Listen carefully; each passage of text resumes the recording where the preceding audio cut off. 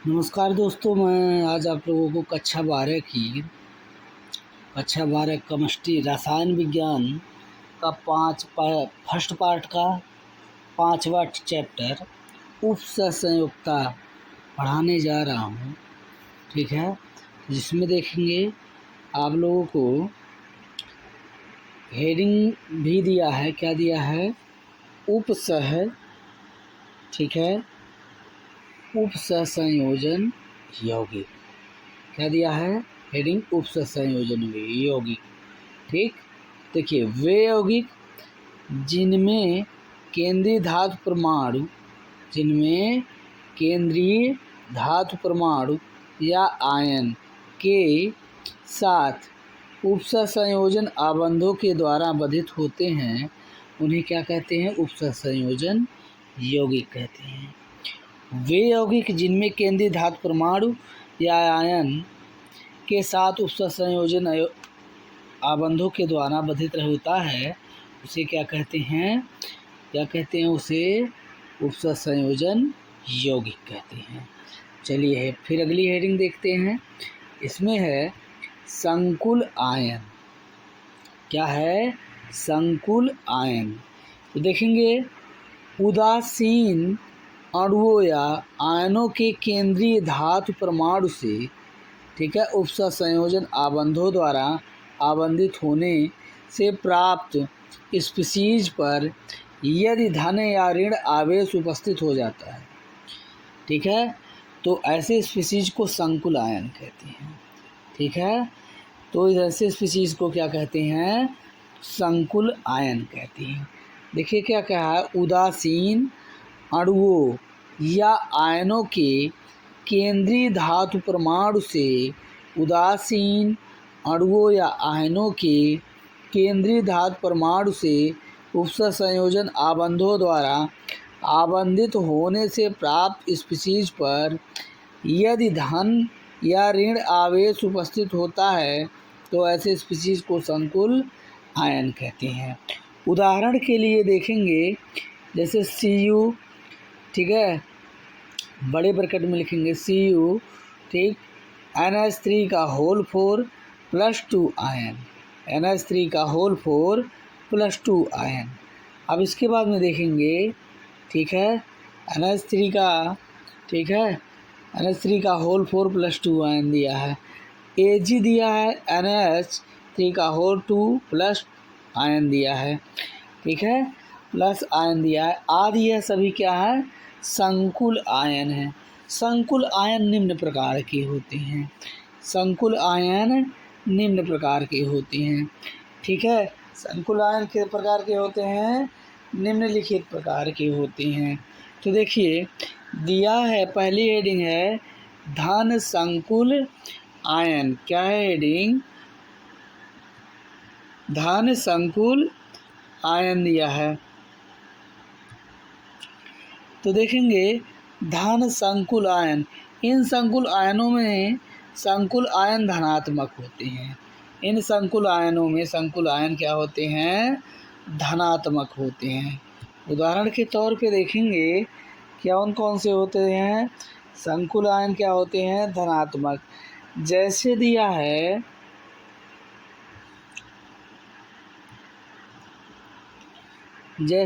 है, ठीक है, देखेंगे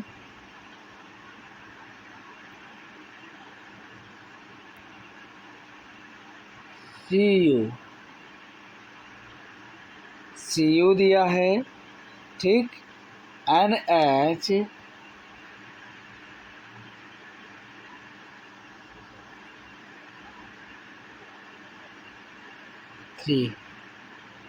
NH3, NH3 का होल 4, ठीक, और बाहर दिया है NH3 का होल 4 दिया है। यहाँ देखेंगे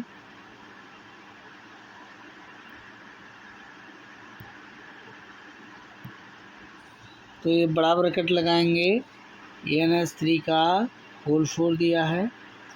समझ में आया? अब इसके बाद में दिया है SO4। क्या दिया है? SO4 दिया है। ठीक है। उत्क्रमणीय का अगर जो चिन्ह हम लगा देते हैं उत्क्रमणीय का, तो हमें देखना है क्या करना है इसमें, तो ये हमें बनेगा CuNH3 का होल 4, ठीक। और SO4 को जब अलग करेंगे तो +2 आयन लग जाएंगे, और SO4 का ऋणायन रखते हैं -2। तो ये देखिए ये क्या बन गए, ये बन गया धनात्मक, ठीक है। तो ये दर्शा रहे हैं धन संकुल, ठीक, धन संकुल। अगली हेडिंग डालेंगे, देखिए दिया गया है जो हम पढ़ रहे हैं,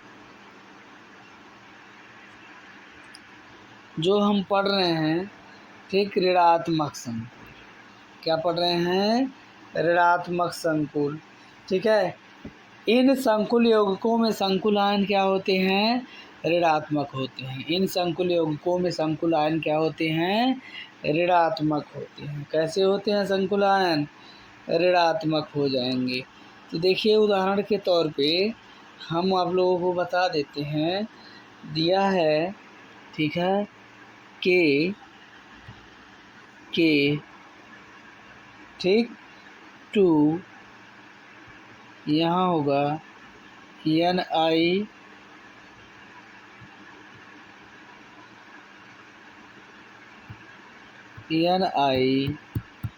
ठीक, और CN6, ठीक है। क्या है, CN6। उत्क्रमणीय का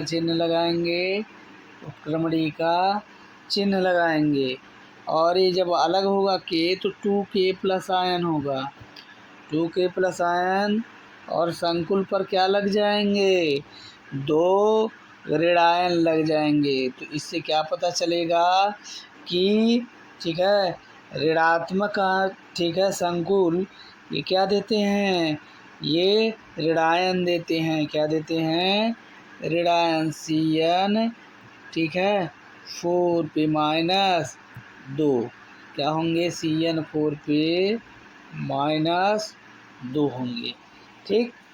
अगला हेडिंग है उदासीन संकुल। क्या है, अगली हेडिंग है उदासीन संकुल, ठीक है। इस पर कोई आवेश नहीं होता, इन संकुल यौगिकों पर कोई आवेश नहीं होता, समन्वय मंडल। अगली हेडिंग है समन्वय मंडल। केंद्रीय धातु परमाणु से जुड़े लिगेंडों को वर्गाकार कोष्ठक में लिखा जाता है, इसे ही क्या कहते हैं, समन्वय मंडल कहते हैं। आइए देखिए, केंद्रीय धातु परमाणु से जुड़े जो लिगेंड हैं यही वर्गाकार कोष्ठक में लिखा गया, इसी को क्या कहेंगे, समन्वय मंडल कहते हैं। अगली हेडिंग है केंद्रीय धातु परमाणु। संकुल में वह धातु परमाणु या आयन जिसके चारों ओर एक निश्चित संख्या में ठीक है, परमाणु आयन या उदासीन लिगेंड जुड़े हों, उन्हें क्या कहते हैं, केंद्रीय धातु परमाणु कहा जाता है, ठीक है। संकुल में वह धातु परमाणु या आयन जिसके चारों ओर एक निश्चित संख्या में परमाणु या आयन या उदासीन लिगेंड जुड़े होते हैं, उन्हें क्या कहते हैं, केंद्रीय धातु परमाणु कहते हैं। अगली हेडिंग है लिगेंड किसके चारों तरफ होते हैं, केंद्रीय धातु परमाणु के चारों तरफ होते हैं। केंद्रीय धातु परमाणु या आयन के चारों ओर उपस्थित, ठीक है, उदासीन अणु या परमाणु या आयन को ही क्या कहते हैं, लिगेंड कहते हैं। इसका मतलब यह हुआ कि केंद्रीय धातु परमाणु के चारों ओर कौन से उपस्थित होते हैं, लिगेंड, और लिगेंड के बीच में कौन होता है, केंद्रीय धातु परमाणु होता है, अब ये समझ में आ गया है। तो आगे चलते हैं। ठीक है, लिगेंड आ गया है। आगे चलेंगे, ठीक, आगे चलेंगे, दिया है आप लोगों को। देखिए यहाँ पर फिर हम आ गए। लिगेंड निम्न प्रकार के होते हैं। कैसे होते हैं? लिगेंड निम्न प्रकार के होते हैं। ये देखिए, ये क्या होता है? ऋणावेशित लिगेंड होता है। कैसा लिगेंड है? ऋणावेशित। वे लिगेंड जिस पर ऋण आवेश होता है उसे क्या कहते हैं? ऋणावेशित लिगेंड कहते हैं। क्या कहेंगे? ऋणावेशित। जैसे Br माइनस हो गया, Cl माइनस हो गया, I माइनस हो गया, OH minus, Cn minus, NO2 minus. ये सभी कैसे लिगेंड हैं? ऋणावेशित लिगेंड हैं। कैसे लिगेंड हैं? ऋणावेशित उदासीन लिगेंड देखते हैं। क्या है? वे लिगेंड जिस पर कोई आवेश नहीं हो, कोई आवेश नहीं हो। जैसे H2 एक्वा हो गया, एमीन हो गया, कार्बोनिल हो गया, नाइट्रोसिल हो गया और पिरिडीन। C5H5N को क्या कहते हैं? पिरिडीन। इन पर कोई आवेश नहीं होता है, इन पर कोई आवेश नहीं होता है, तो इसे क्या कहेंगे? इन पर कोई आवेश नहीं होता है तो इसे क्या कहते हैं? ठीक है, उदासीन लिगेंड। धनावेशित लिगेंड। वे लिगेंड जिस पर धनावेश होता है उसे धनावेशित लिगेंड होते हैं।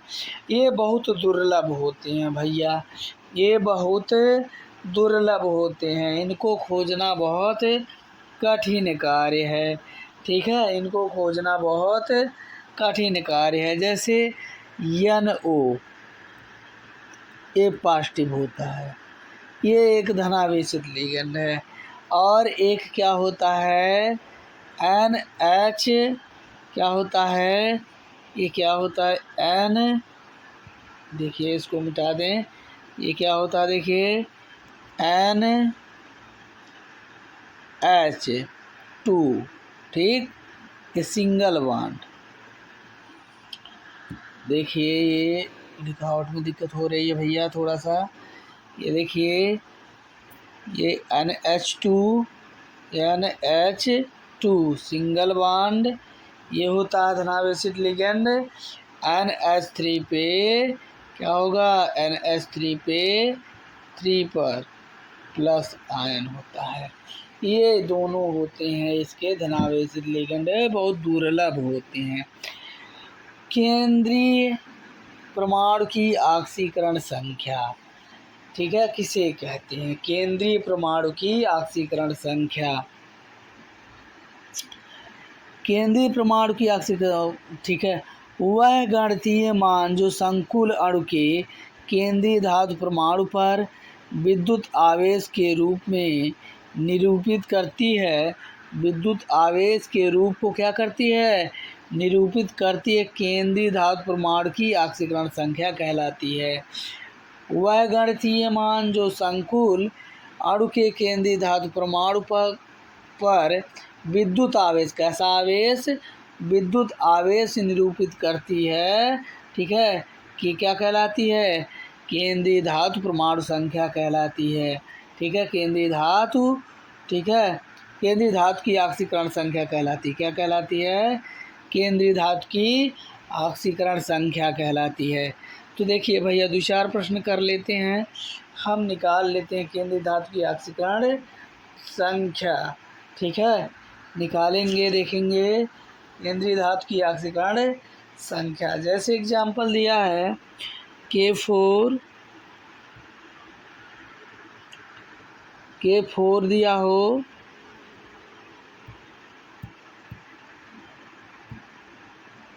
K4, ठीक है, Fe Cn क्या दिया हो? Cn6 दिया हो। इसकी हमें ऑक्सीकरण संख्या निकालनी हो तो हम निकाल सकते हैं। पोटेशियम के बाकोस में कितने इलेक्ट्रॉन? 1, गुणे कितना? 4। Fe को यही है केंद्रीय धातु परमाणु, तो इसी को मानेंगे X। Cn कितना निगेटिव या पॉजिटिव रखता है? Cn, ठीक है, Cn क्या रखेगा? 1 निगेटिव रखता है, गुणे 6।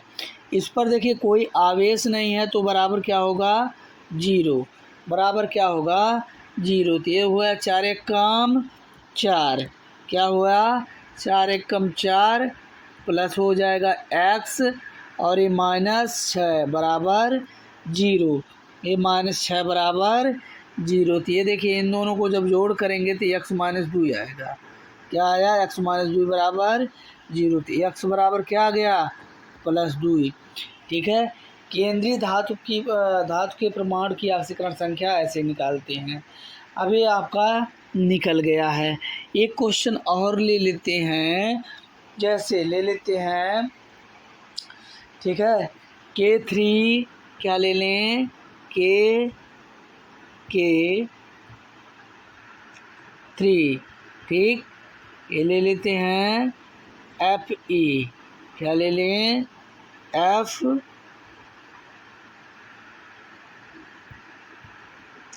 चलिए इसको मिटा देते हैं, यहाँ नहीं चल रहा पेन, ठीक है, यहाँ ले लेते हैं, ये करेंगे K3 ठीक है, Fe क्या है, Cn, ठीक, क्या हो, Cn6 हो। तो यहाँ पर ऑक्सीकरण संख्या निकालेंगे। K3 एक गुणे कितना हो जाएगा, 3 प्लस Fe को क्या मानेंगे, x, Cn का निगेटिव रखता है -1 गुणे 6, संकुल पर कोई आवेश नहीं है, बराबर क्या होगा, 0 होगा। तो ये हो जाएगा 3 + x, 3 + x -6 बराबर 0, 6 बराबर 0। तो x बराबर क्या आ जाएगा, +3। तो इसका ऑक्सीकरण संख्या कितना आ गया, +3 आ गया। इसकी ऑक्सीकरण संख्या कितनी आ गई, +3 आ गई। अब देखिए हमें दिया है उपसह, क्या दिया है हेडिंग में, ठीक है, उपसह संयोजन संख्या क्या है, उपसह संयोजन संख्या, संकुल यौगिक में केंद्रीय धातु परमाणु के द्वारा लिगेंडों के साथ बनाए गए उपसह संयोजन आबंधों की संख्या को क्या कहते हैं, उपसह संयोजन संख्या, क्या कहते हैं, उपसह संयोजन संख्या कहते हैं। देखिए क्या, संकुल यौगिक में केंद्रीय धातु, किसके, केंद्रीय धातु द्वारा लिगेंड के साथ जुड़े, लिगेंड के साथ, ठीक है, बनाए गए उपसह संयोजन आबंधों की संख्या को क्या कहते हैं, उपसह संयोजन संख्या कहते हैं। क्या कहते हैं, उपसह संयोजन संख्या कहते हैं। देखिए निकालेंगे, K4 ठीक, Fe, Cn ठीक है 6। तो इसमें उपसह संयोजन संख्या कितनी है, यही इसकी उपसह संयोजन संख्या है, कितना है, 6 है। उपसह संयोजन संख्या कितना है, 6 है। अगला करेंगे K3 ठीक, Fe, Cn ठीक 6। तो इसकी उपसह संयोजन संख्या कितनी है, इसकी भी 6 है। नेक्स्ट क्वेश्चन देखेंगे, क्या दिया है, CO, इस तरह दिया हो, CO NH3 का होल 4 और दिया हो Cl2, इसमें उपसह संयोजन संख्या कितनी है, इसमें उपसह संयोजन संख्या कितनी है, 4 तो यहाँ है, 4 ये हो गए और 2 ये, तो 4 2 6, उपसह संयोजन संख्या कितनी है, 6 है। इसकी उपसह संयोजन संख्या कितनी है, 6 है। अब चलिए भैया